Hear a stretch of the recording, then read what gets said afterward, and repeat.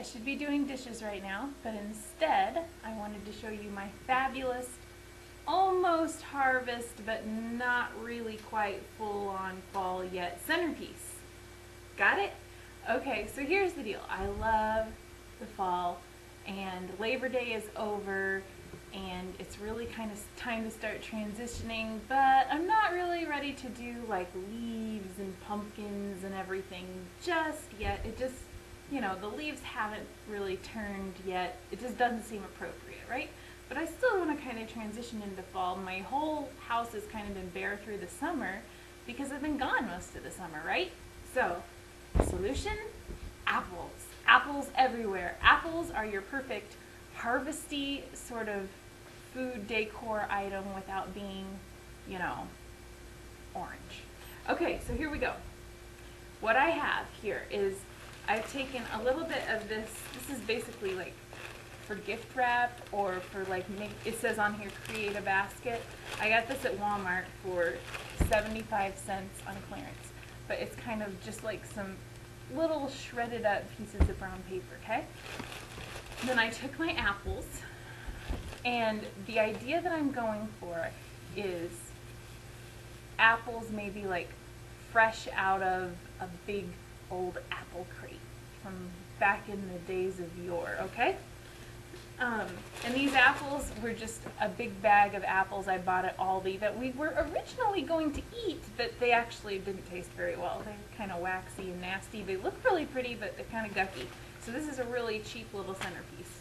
So then I take my favorite little accessory, the hurricane vase, complete with my little bow tied around the bottom, and I just filled it up. Now I started out with this little crepe paper stuff, whatever it is, and filled that in the bottom just because whenever I'm filling up a hurricane vase like this, I really like for the bottom of it to look fuller than the top of it. It's more appealing to the eye. It makes more sense. It isn't drastic. If I were to just have the apples in here, it would look like, oh, they fit kind of awkwardly. It just doesn't flow as well.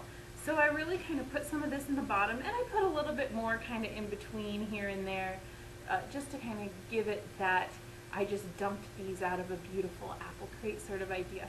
And then I tied the bow around the bottom. But the thing that I love about the hurricane vase, and you can get these anywhere, I mean, you can really go to Goodwill and see if you can find one, because they're just a great thing to have around the house, is just the fact that you can put an ordinary everyday thing inside it, and then all of a sudden it's like you've put it behind glass. It becomes, instead of just this normal thing, like I could have put out just a bowl full of apples on my table, but now that it's kind of has that behind glass effect, it becomes more of like a scientific exhibit, so that you really actually stop and you look at the beauty of the apples. You look at kind of like the patterns on the skin of the apple, and the different colors of red and yellow and green that you kind of see. This apple's almost purple on top. It becomes a lot more interesting. Almost kind of if you were to take a picture of an apple, but crop it so that you only see like maybe one little piece of the apple. All of a sudden you're seeing things about an apple that you never saw before. So it's a really simple, really gorgeous little centerpiece for your table or your mantle or whatever. Cheap and easy to do.